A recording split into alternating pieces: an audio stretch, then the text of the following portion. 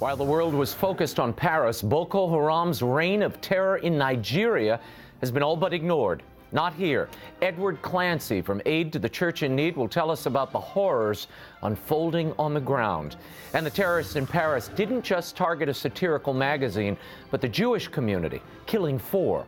Israeli ambassador to the United States, Ron Dermer, joins us to discuss the Israeli reaction and Prime Minister Benjamin Netanyahu's decision to join the march against terror. And finally, he's the leader of tens of millions of Catholics in the Philippines. He's also hosting Pope Francis there this week. An encore of my exclusive interview with Cardinal Luis Tagle. It's straight ahead. The world over begins right now.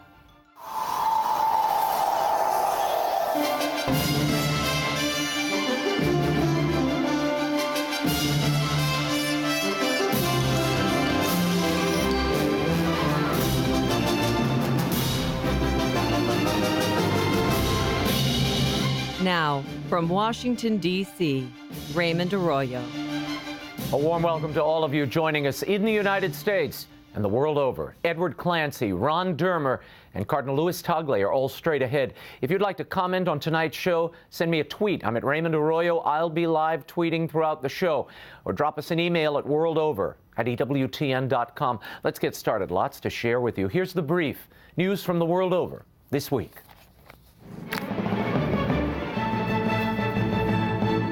Boko Haram has again escalated its jihad in northeastern Nigeria. According to multiple sources, at least several hundred people, as many as 2,000, were massacred this past week in raids in the town of Baga. Another 30,000 have now been displaced. Amnesty International released before and after satellite imagery. It shows a widespread campaign of destruction. Large swaths of structures were razed to the ground. By its count, 3,700 structures were destroyed. An Amnesty spokesman added that interviews with witnesses, local government officials, and human rights activists appear to confirm that hundreds of civilians were shot. The Nigerian military has claimed only 150 people are dead, including slain militants. Boko Haram now controls more territory in northeastern Nigeria than the Islamic State does in Iraq and Syria combined. Meanwhile, Nigerian Archbishop Ignatius Kaigama of Jos is calling on the West for a show of the same solidarity and concern for murdered Christians in Nigeria as was shown to those slain in Paris. The Archbishop told the BBC audience that Nigeria needs help, conceding that we seem to be hopeless. More about Nigeria in our next segment. And it's been a week of mourning and remembrance in the wake of the terror attacks in France. On Tuesday in Jerusalem, a solemn funeral was held for 4 French Jews killed during the siege at a kosher marketplace in Paris. They were among 17 people killed in a wave of attacks throughout France. More on the reaction of the French Jewish community, the largest in Europe, later in the show. Meanwhile, Pope Francis has again weighed in on the terror attacks in Paris, this time speaking to reporters aboard his flight to the Philippines. He insisted that it was an aberration to kill in the name of God, and that religion can never be used to justify violence.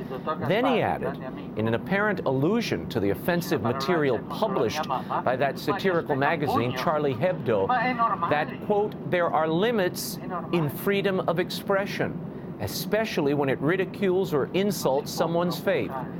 The Pope said if someone made a comment about his mother, they could expect a punch in the face.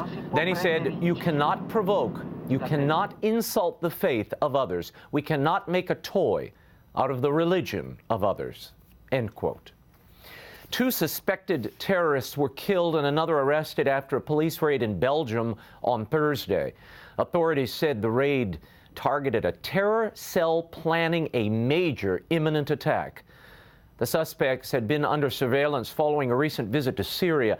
They were allegedly planning an attack on police buildings in just days or even hours. Police described the men as extremely well armed with automatic weapons. No civilians or officers were injured in the melee.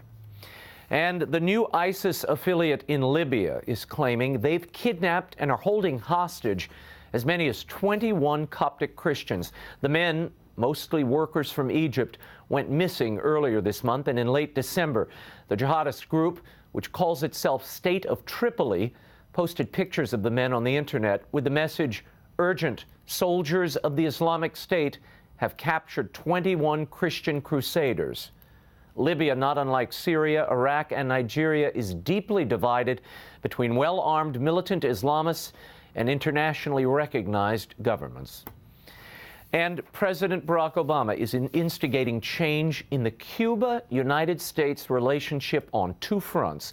The administration announced on Thursday that the U.S. will significantly loosen restrictions on American trade and investment. They will also open the communist island up to greater travel, even allowing U.S. citizens to start bringing home a few Cuban cigars. They've been banned for more than half a century. Only Congress can end the 5-decade embargo, but the moves are part of the president's ambitious goal of reestablishing diplomatic relations with the Castro government. Earlier in the week, Cuba released 53 political prisoners that the Castro regime had promised to free. And could Guantanamo Bay soon be empty? A Pentagon official told the Washington Post that the administration has transferred 5 additional prisoners out of Guantanamo, 4 to Oman and a 5th to Estonia. All were imprisoned shortly after 9/11 and are believed to have links to al-Qaeda. The latest transfers leave 122 Guantanamo detainees. Senior U.S. officials say they hope to accelerate transfers in 2015 for the dozens more who've been cleared to leave. And on Capitol Hill on Wednesday, the Republican-led House passed legislation that would overturn President Obama's controversial immigration orders. The president's unilateral directives halt the deportations and offer work permits to more than 4 million immigrants in the country illegally. After unsuccessfully urging President Obama to work with the new GOP Congress on immigration reform, House Speaker John Boehner placed blame squarely on the president. We do not take this action lightly, but simply there is no alternative. This is not a dispute between the parties or even between the branches of our government. This executive overreach is an affront to the rule of law and to the Constitution itself. The House measure was attached to a Homeland Security funding bill. Another amendment to the bill would undo Obama's 2012 stays of deportation for more than 600,000 immigrants brought to the U.S. illegally as children. And the field of the 2016 GOP presidential candidates continues to take shape in an apparent about-face. Mitt Romney, the 2012 Republican nominee, appears ready to make a third run for the White House. Romney told former staff this past Friday that he's seeking another potential run. Over the weekend, he and his wife Ann hit the phones to gauge support and reconnect with members of their inner circle in order to revive a political operation. This, according to the Associated Press. And a presidential announcement for New Jersey Governor Chris Christie appears imminent. An anonymous Christie source told the AP that a fundraising apparatus is taking shape and will be up and running by the end of the month. Christie's chief political advisor declined to comment. And back to the Pope, as those of you who have been watching our live coverage know, after 3 days in Sri Lanka, the Holy Father on Thursday was warmly welcomed by Asia's largest Catholic nation, the Philippines. He told reporters that during this visit, he'll focus on the plight of the poor and exploited. Nearly a fourth of the Philippines' 100 million people live in poverty. Cardinal Luis Tagle of Manila appeared just as excited as the throngs who greeted the Pope on the streets. It's like a big national fiesta. You know, the Filipino people know how to handle fiestas. It's everywhere, you know.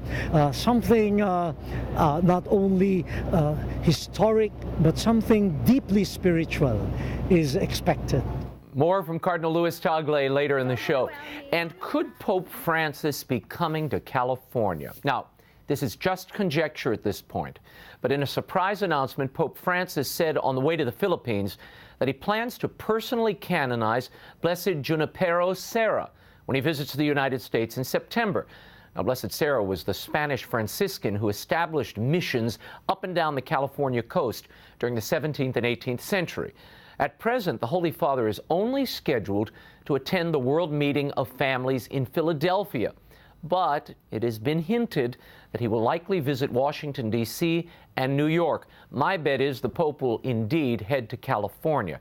Canonizing Blessed Sarah in Philadelphia would be like erecting a Benjamin Franklin statue in San Juan Capistrano.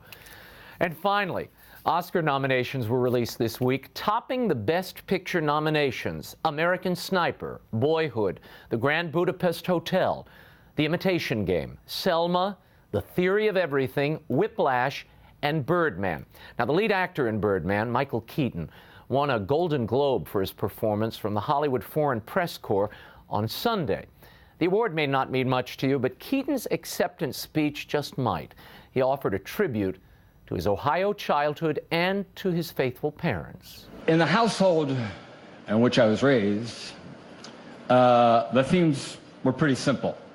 Work hard, don't quit, be appreciative, be thankful, be grateful, be respectful. I don't ever remember a time when my father didn't work 2 jobs. When my mother wasn't saying the rosary or going to mass or trying to take care of 7 kids in a rundown farmhouse. Keaton went on to thank his 6 wonderful brothers and sisters, then tearfully heaped praise on his best friend, his only son, Sean. On a night of self-directed celebrity adulation, Keaton was a breath of fresh air. And he's also nominated for a Best Actor Oscar. I'm very disappointed Selma didn't get a Best Director or Actor nod, and the Lego Movie was not nominated for Best Animated Feature. My kids are crying right now. Ah, well, you can't win them all. When we return, more on the forgotten jihad in Africa as Boko Haram continues to terrorize Nigeria. Edward Clancy from Aid to the Church in Need will give us an update when the world over continues. Stay right there.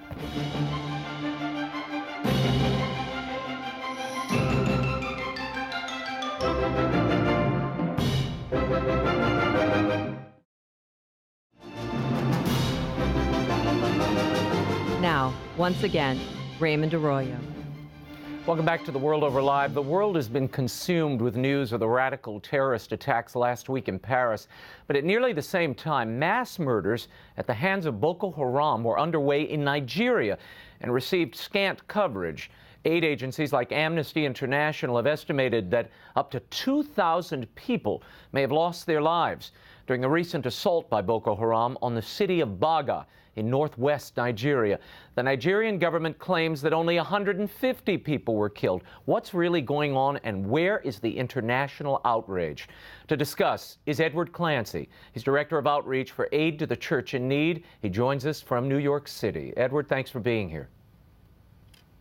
Thank you very much for having me, letting me speak on this topic. So what does this mean? We have this great discrepancy. Why is the government only saying 150 people were killed when Amnesty and these other groups, the satellite imagery seems to show thousands were killed?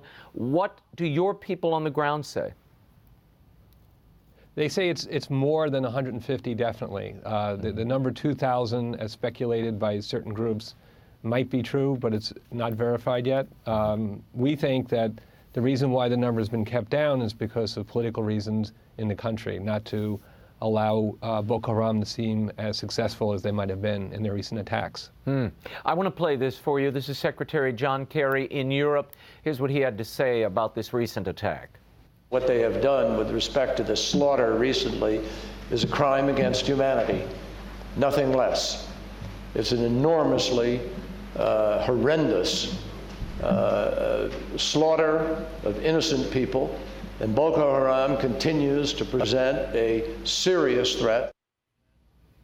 Edward, why is there not more outrage in the press, in Europe, in the United States? And is the United States reaction sufficient in your mind? It's definitely not sufficient. This is something that is eerily like ISIS in the fact that about 4 or 5 years ago, these radicals, these fundamentalists, started their violent activity back in 2009 and got very little coverage. And it was back in 2010, in October 2010, that the Islamic State bombed their first church. Just recapping this year, or this past year, we see 2014, there was major headlines when those girls, the 247 or so girls, were taken. And then everybody had bring back our girls or bring home our girls. And there was, some media coverage of it. But right after that, there were other things that were happening, and they weren't covered. In fact, Boko Haram kidnapped the wife of the vice president of Cameroon. They also, since between August and October, right about the time that ISIS declared the Islamic Caliphate, started attacking churches, and 186 churches were bombed, burned, or destroyed.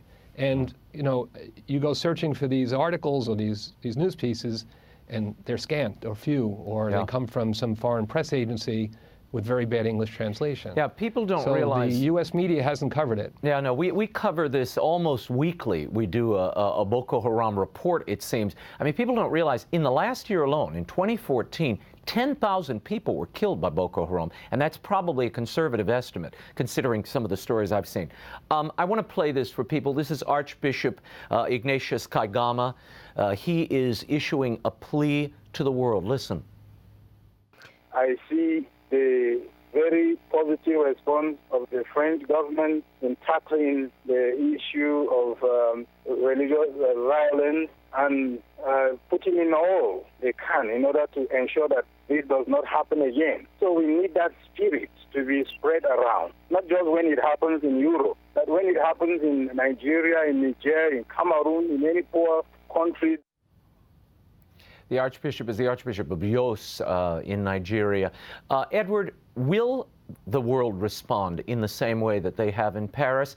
And what is the greatest need for the folks on the ground now?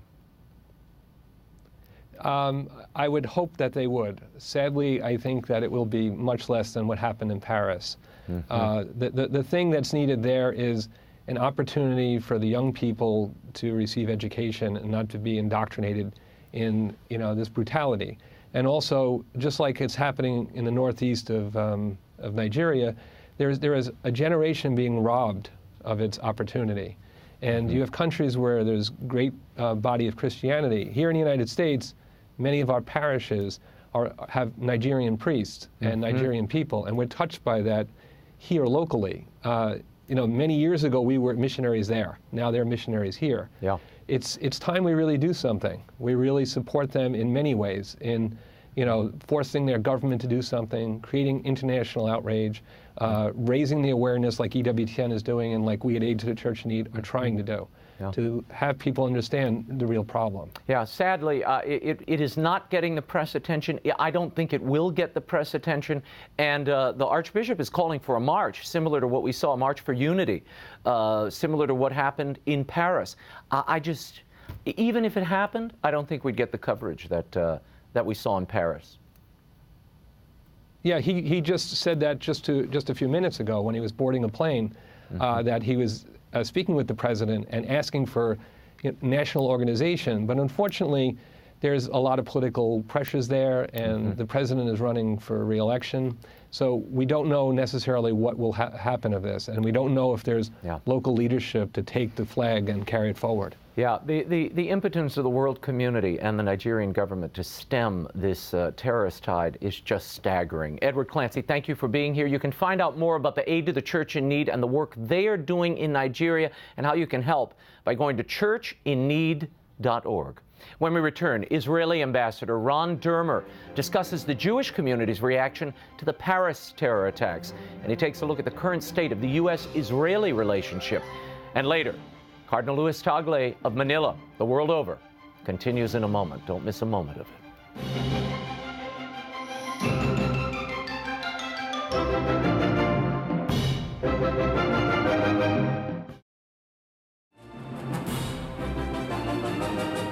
Now, once again, Raymond Arroyo. Welcome back to the World Over Live. Shockwaves from the terror attacks in Paris continue to be felt around the world. In Jerusalem this week, Israel held an emotional funeral Tuesday for 4 Jews killed in the kosher market attack, with thousands turning out to mourn the victims. These attacks of terror have shaken not only the Jewish community in France, but Jews around the world and non-Jews as well. My next guest is the Nation of Israel's representative here in the U.S., And before that, he served as a senior advisor to Prime Minister Benjamin Netanyahu in Israel. He's here to talk about the Paris attacks, the global war on terror, and the current state of relations between the U.S. and Israel. Please welcome Israel's ambassador to the United States, Ron Dermer. Thank you for being here. Raymond, good Pleasure to be with have you on the program. I want to start with the reaction in Israel to these attacks. In 2012, there was a similar terrible attack in Toulouse, France. That's right. This is no doubt similarly shocking. Yeah, there have been a number of attacks against French Jews over the last few years. So it's something that unfortunately a lot of people have gotten used to. What you have seen in recent years is you've had an immigration of Jews from France to Israel. 2 years ago, The largest group. 1,900 French Jews moved to Israel. The year after that, 3,500 moved to Israel. Last year, 7,000 French Jews, and we're expecting over 10,000 this year. Now, the French Jewish community is about 600,000 people, so it's over 1% of the population in 2014 of the Jewish population in France moved to Israel. That would be the equivalent of about 60,000 American Jews. So it's a lot of people. They're very concerned about the future of the Jewish community in France. And obviously, anytime you have an attack on Jews for being Jews, anywhere in the world, it affects Jews everywhere. When Benjamin Netanyahu was in France, he said, any Jew who wants to come to Israel will be welcomed with open arms. Now, some have said, some of his critics, that this will undermine the influence and the history of Jews in France. Will it? No, I don't think so. It's important to understand the purpose of the Jewish state, first and foremost, is to be a refuge for the Jewish people. Jews everywhere around the world should know that they will always have a home in the state of Israel. And that's what the Prime Minister was projecting. Obviously, Jews should feel safe wherever they are, whether it's the United States or France or anywhere else. And Israel does everything it can to also help those governments protect the Jewish communities there. But one of the principles of the state of Israel is that we should be a home for Jews everywhere. You know, when Israel was established in 1948, about 5% of the world's Jews lived in Israel. Today, Israel has the largest Jewish community in the world with well over 40% of the world's Jews living there. And I expect that we're going to see many Jews, French Jews, move to Israel in the years ahead. I want to play this. This is Prime Minister Benjamin Netanyahu. I will read the translation. In reaction to these terrible attacks in France, he said, if we ignore the true root of the problem, if we ignore the fact that extremist Islamic terrorism seeks to exterminate Western civilization as a whole, including the Jewish people, if we ignore this, what we are now seeing in Paris will be only the beginning. Are you concerned? Is the Netanyahu administration, if you will, concerned that the world is in a bit of a fog and not willing to see this for what it is, this Islamic terror that the world is facing? It's beginning to open their eyes. The world is beginning to open its eyes. It's taken a long time. They have to understand that the danger is militant Islam. It's not militants, and it's not Islam. It's the marriage. It's militant Islam. That's the problem. And whether these are a group like Boko Haram in Nigeria, or whether it's ISIS in Iraq and Syria, or whether it's Hamas in Gaza, or whether it's Hezbollah in Lebanon, whether it's Shia or Sunni, these are all terror organizations that are rooted in the same poisonous soil. And it's a global threat and a global challenge. And the first way to deal with an enemy like this is to identify it. You have to understand that it's radical Islam, and it has to be confronted as one threat. Maybe in different theaters, but is one threat that all of the civilized world has to stand together to confront. There was some controversy. The French President Hollande didn't want Benjamin Netanyahu to come to this march.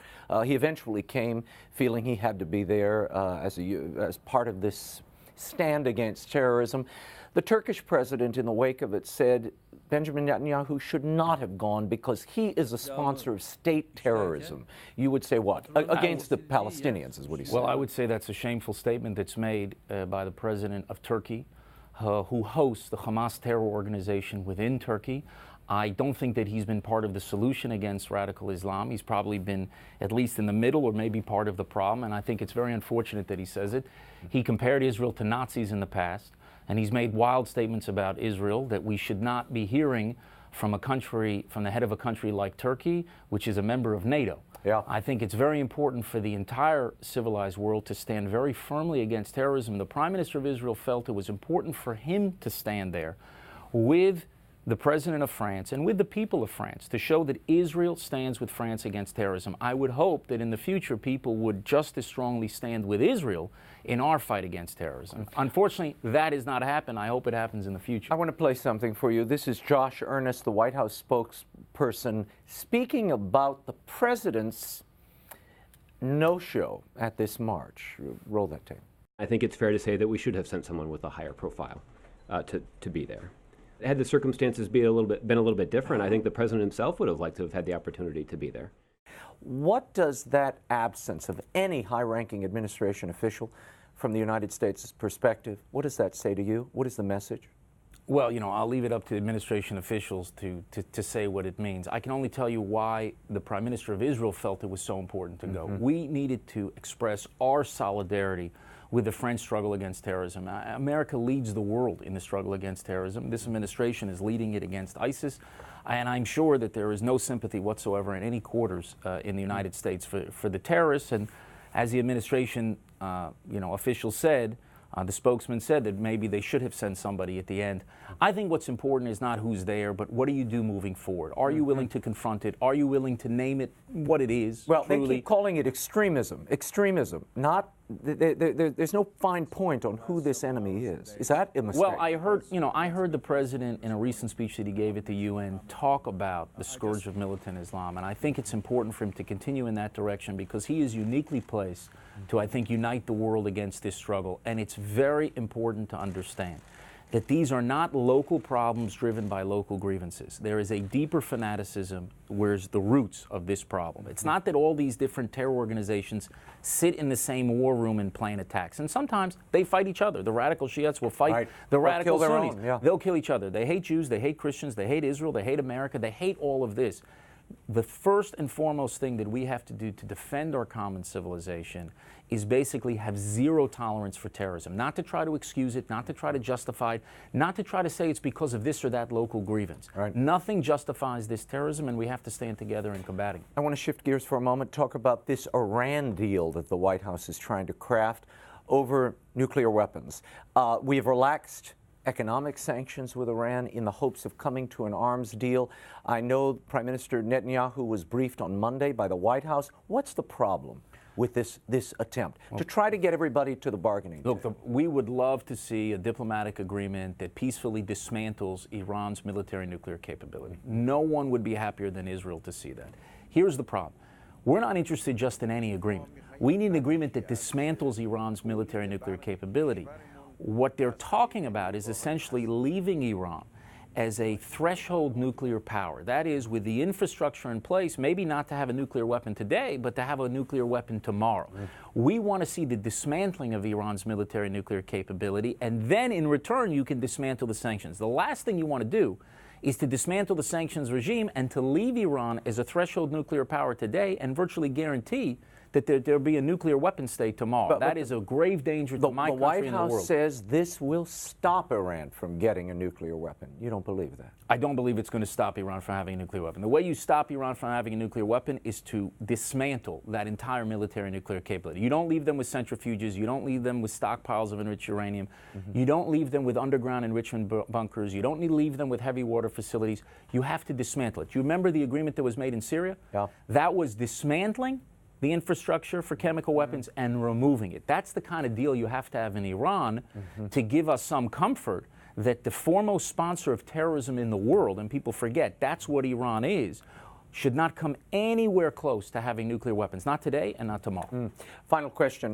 Mitch McConnell and the GOP would like to see new economic sanctions leveled against Iran. There is a bill on the floor of the Senate to move that forward. It has major support, veto-proof support. Do you support it? We support more pressure on Iran. The greater the pressure that is put on Iran, the greater the chance that you actually can achieve a good diplomatic agreement. The goal, again, is not to get a deal with Iran. A deal with Iran that leaves them as a threshold nuclear power is a bad deal. The goal is to dismantle the program. And with Iran, the greater the pressure that you put on Iran, the greater the chance for you to get such a deal. Before I let you go, I know there is that pact that has been on the table for a long time between Israel and the Holy See, the Vatican. When the Pope was in Israel last year, there was talk that this would hasten. Do you know where that is at this point? I don't know exactly where it stands now. I will say that, you know, we very much appreciated the Pope's visit to Israel. We think he sent a very strong message. He seems to be a unique person and a unique figure, and hopefully he can play a positive role moving forward. And Israel would certainly like to resolve all the outstanding issues we have at the Vatican, because we are actually part of a common civilization. Yeah. And I think the Pope has lent his voice to many issues, and I think it's important for the Pope's voice, for Israel, for other countries who want to stand up to this militancy, to stand very firmly and strongly together. And good relations between Israel and the Vatican can only help that. Ambassador Dermer, thank you so much for being here. We hope you'll come back. Thank you. You can learn more about Israel's embassy here in the U.S. and the work of Ambassador Ron Dermer by visiting israelemb.org. Up next, he is the leader of 85 million Filipino Catholics as the Pope travels to the Philippines. We'll talk with the Archbishop of Manila, Cardinal Luis Tagle, straight ahead.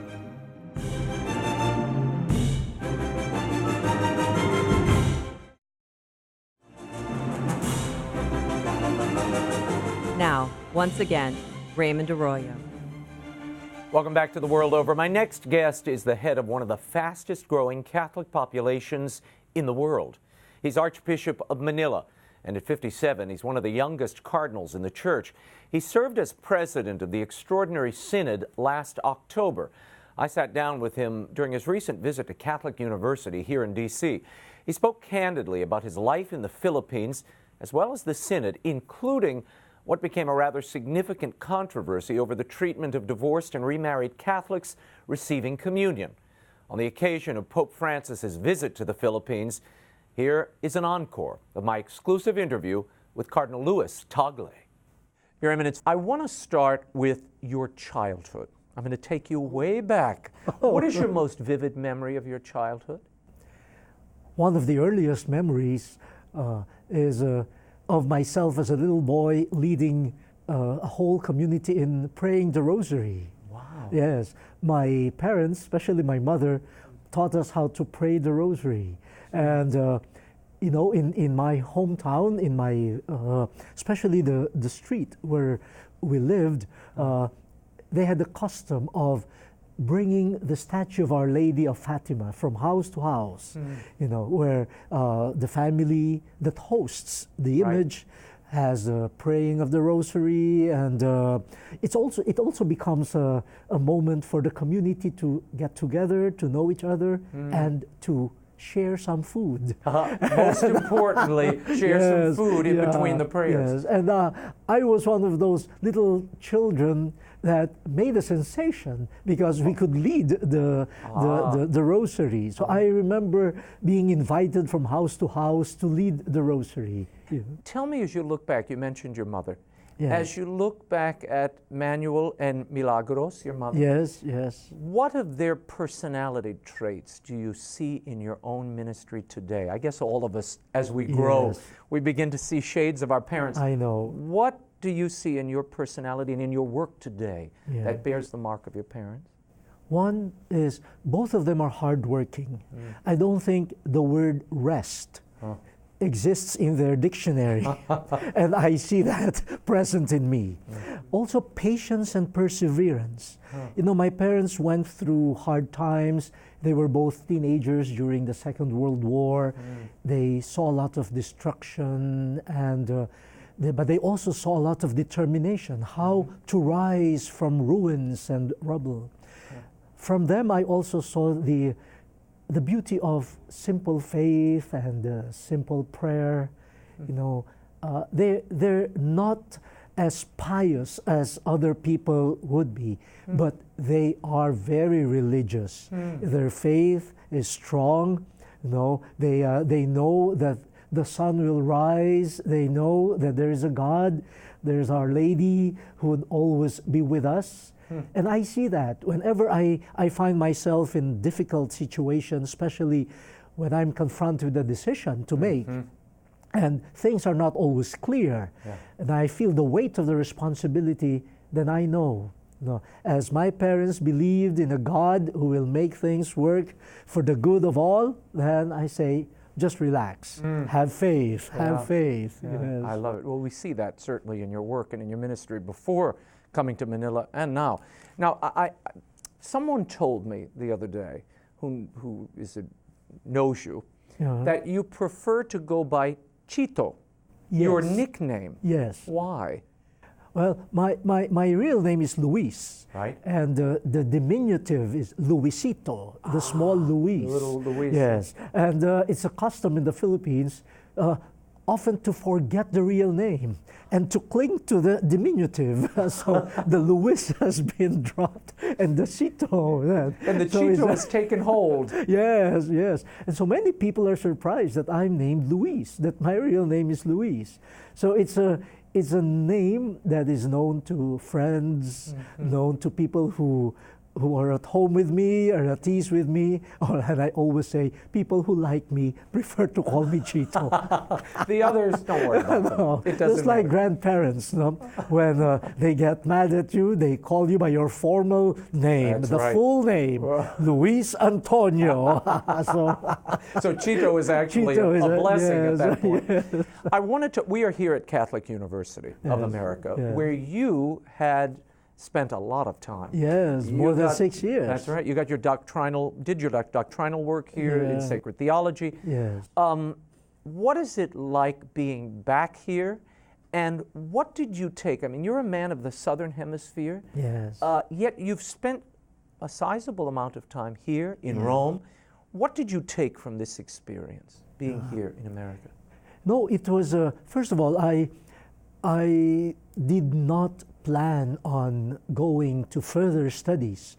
When my bishop called me after ordination to the priesthood that I would one day, maybe after 3 years of pastoral ministry in the Philippines, be sent to further studies, I objected. I said, enough of studies. Wait a minute. I said, no. I said, I'm not interested anymore. I've had so many years of studies. But it was a mission to be sent to study. And I pleaded with him if I could just pursue my master's and doctorate in the Philippines. And he said, no, it would be good to go to some other place. And I experienced a widening of horizon. That's one thing. In my own person, I felt like I understood myself better as a Filipino. I understood the faith better and the richness of the Catholic tradition. I saw how a church like the church in the United States grapples with concerns that I did not fully understand at that time, but it expanded my perspective, and I'm very happy that I studied the Second Vatican Council. Yes, focused on Pope Paul VI. And his collegiality. Collegiality. This question of collegiality and Paul VI, soon to be blessed Beatified, Paul VI. How does that vision of collegiality compare with what we're seeing under Pope Francis? I think Pope Francis is taking it seriously. Because collegiality is really communion. The communion within the universal church. What does that mean? Explain it to people who don't understand this communion, concept. I think, can be explained this way. On an objective level, wherever you find the church, there are common elements that we hold together. So in common communion, like, of course, we have the one God, the same God, the same Holy Spirit, the same baptism, the same Word of God, the same Eucharist, the same apostolic ministry, the same call to mission. So I may be in India, I may be in Bangladesh, I may be in Germany, and it's the same Word of God that is proclaimed. It's the same baptism. It's the same Eucharist. So on that level, we are one community. But also on the more subjective level and on the structural level also, there are avenues for us to be brothers and sisters and for us bishops to be co-responsible. with and for each other. There is no church that I can consider or should consider as alien to me. I should not say, I am the Archbishop of Manila. And so my concern is only Manila. Washington, D.C., oh no, that's too far away from us, from our concerns. No. You know, because of collegiality, I consider every bishop as my brother. We belong to one community of bishops, and I will try to do my best in Manila, not only for my sake and for the sake of the Archdiocese of Manila, but for the sake of all my brother bishops. And their concerns are my concerns too. Like, I'm very much worried when the kidnapping of these girls in Nigeria happened, and providentially, the secretary of the Apostolic Nuncio in Manila is from Nigeria. So I asked him, so how is Cardinal so-and-so? This must be bearing hard on him, so heavily on him. So this opens up for me a whole vista of ministry also, not for individual gain. How does this factor into decision-making? And do you see a shift in Pope Francis's approach as opposed to that of his predecessors?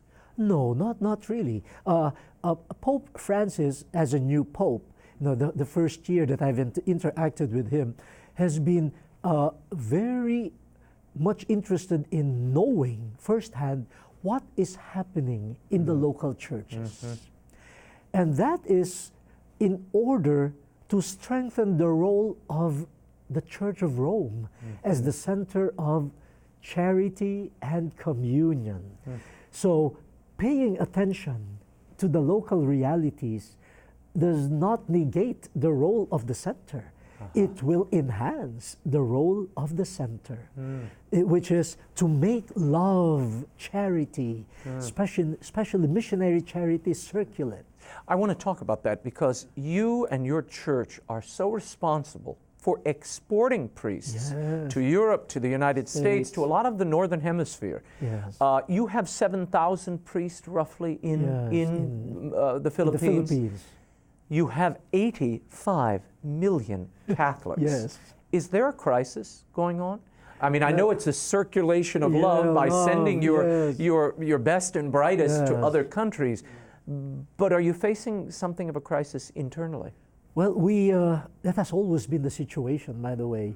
We have been used to having one priest for a big parish. So in terms of crisis, if it is a crisis, then we have gotten used to the crisis. It's not commonplace now. It's commonplace. It's commonplace. And I think what saves us, though, is the fact that many of our priests are relatively young, and there is great participation on the part of the lay people. And that lessens a lot of the concerns and also the weight of ministry handled by the priests. You, in your previous position, when you were the Bishop of Imus, you quadrupled, doubled, expanded vocations by an incredible number. Something, what was it, 27? And then you took it up to 140-something priests, 143 priests. How was that possible? How did you do that? Well, I don't know. I did not plan on that. It's just that the fact that the diocese became a favorite destination of internal migrants, people from other parts of the country looking for jobs. And that part of the Philippines is blessed, with jobs, with opportunities, and so many people went there. And this is one thing good about migrants. When they're uprooted from their places of origin, they look for home. And the next best home for them is the parish, the church. And I see that not only internally in the Philippines, but also externally. That's why Filipino migrant workers, in Europe especially, they are the ones who keep the churches filled and alive. I celebrated Mass in the Duomo, in the Cathedral of Milan. Cardinal Scola invited me for some conferences, and he scheduled a mass on a Sunday for the Filipino community, predominantly for them, no? But it's not only for them. Right, no? right. 20,000 attended. 20,000 Filipinos attended. My goodness. And I thought the Duomo was packed. And after the Mass, the Master of Ceremony said, you might want to greet the people who were not able to enter. So I said, sure. So we did this procession. When I got to the door of the Duomo, I almost fainted. Because the whole piazza and the streets around were filled with another 11,000 Filipinos screaming, asking for a blessing. And one of the canons of the cathedral said, look, Your Eminence, this is the future of the church here in Milan. I said, no, not just the future. They are the present. The present, yes. It is now. Exactly. It is Look now. at them. Isn't Yeah. that amazing? Yeah, and that happened in my former diocese. There was an influx of migrants. They come to church, they feel at home in church, and their children. And there's a vibrancy there in their practice. And then before you know it, these young gentlemen are asking, what can we do to be of help? How do I enter the seminary? And you had an idea or two for them. Yeah, yes. And I also made sure, maybe this is my contribution, whenever there are big feasts, patronal feasts, confirmation, I always include in my homilies, sometimes in the form of a joke. I always remind people, especially the young, to consider the vocation to the priestly life and religious life as one of the options open to them. I want to talk about some of the difficulties and challenges we're facing, not only in your local church, but universal. There was a reproductive health law that you fought vigorously against, I know, because what it requires is the government to provide contraceptives all over the country. You opposed it. It's now on hold, I believe, but it has passed. It has passed. There were a few of your confreres, bishops, who wished or threatened to excommunicate some of the politicians involved and even the president. You did not agree with that. Why not? Well, first of all, I am very cautious about the language of excommunication, because the church is primarily a sacrament of salvation and not of damnation. So I believe excommunication happens in very strict circumstances, and you have to judge levels of culpability on a personal level. So in fact, when that was clarified, the bishops who were alleged to have been part of that pronouncement, they were surprised, because they said that in their interviews they did not threaten anyone.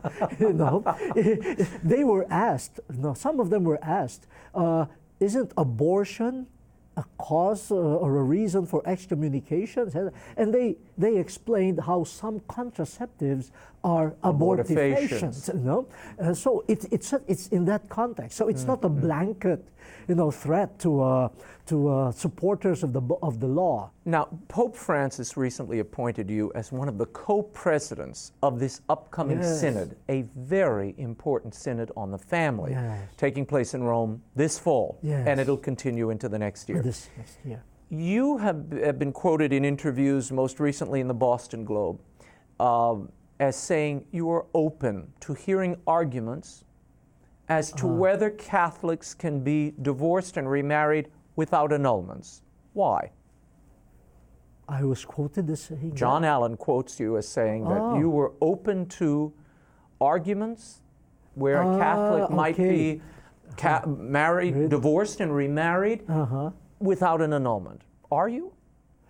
I don't recall. I don't recall the conversation focusing on that. No, what I recall of the conversation is this: that when we had that conversation, we just came from the consistory where Cardinal Casper gave a whole presentation, and the discussion that ensued, opened for me personally a whole range of concerns and issues that I was ignorant of.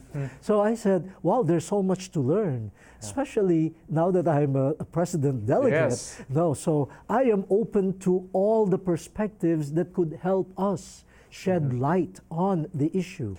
Do you think, with your study and your understanding of theology, certainly far surpassing mine, is it possible to envision a policy that would allow Catholics to divorce and remarry without an annulment, given the church teaching and Christ's teaching on the indissolubility of marriage? Is it possible? I just came from a meeting of the preparatory committee for the synod.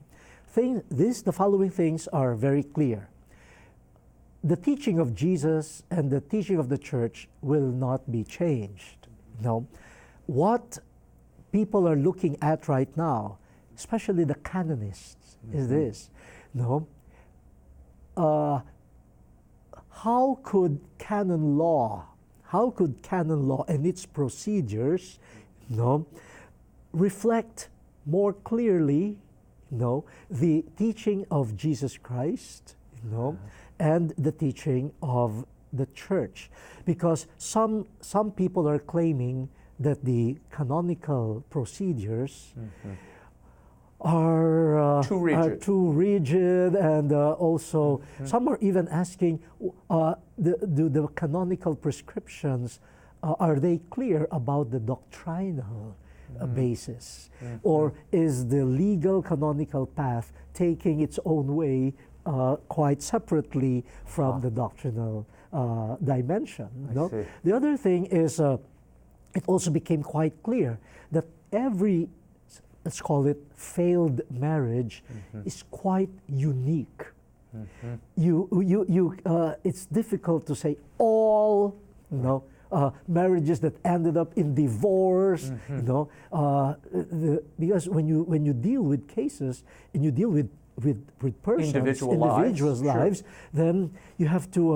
But that's the annulment process, correct? I mean, that's why you have the annulment process. So is that what the focus of this is? Reforming the annulment process? That has become a big way. So doctrinally, how can you change the word of the Bible or the words of Jesus? But Cardinal Casper seems to be suggesting something akin to that, though, in that presentation, which I know was hostilely received by a lot of the cardinals present.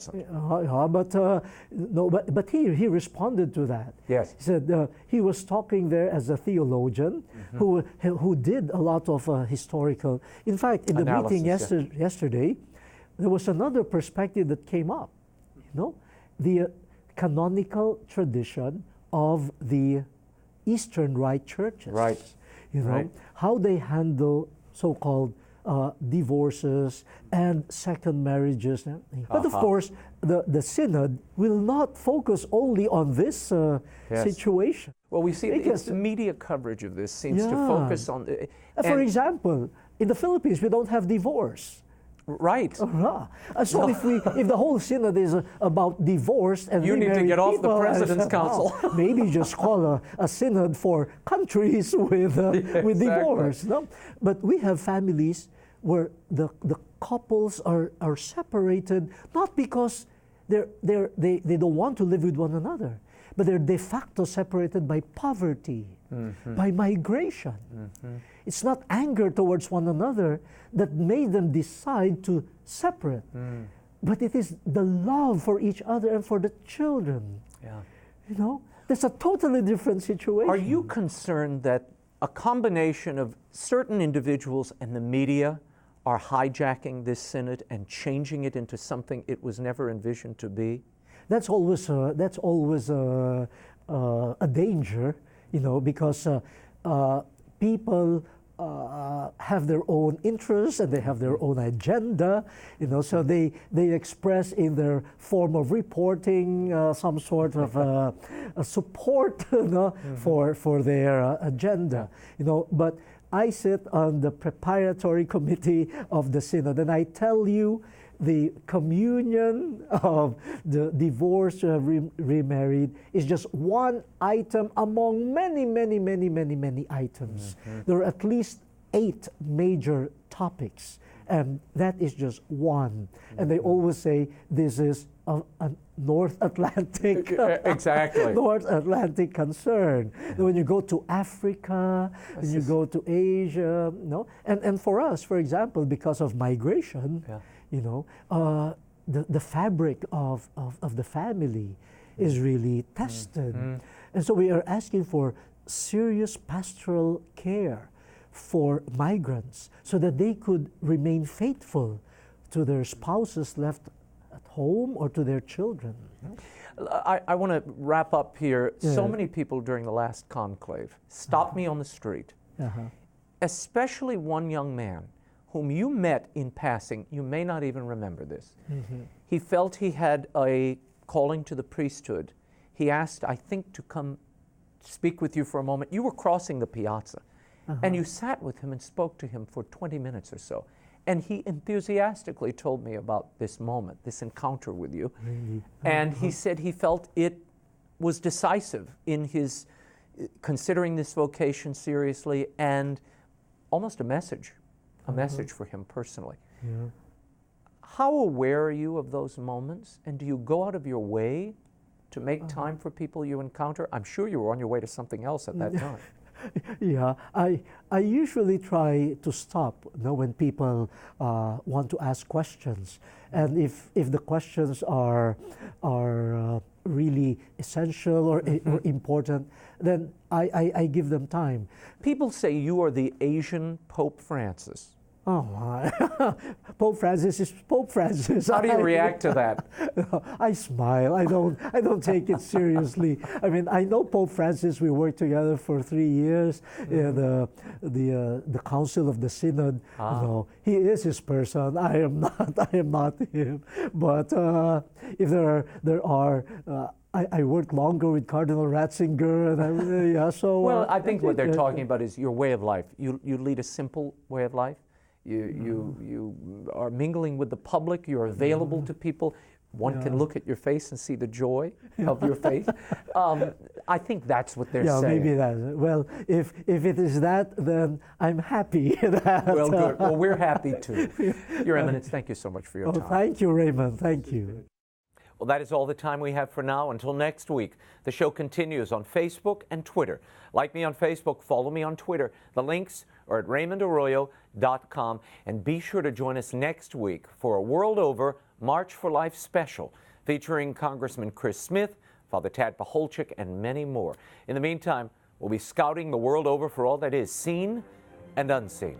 On behalf of the staff and crew of EWTN News, thanks for watching. I'm Raymond Arroyo from Washington, D.C. We'll see you next time. Bye now.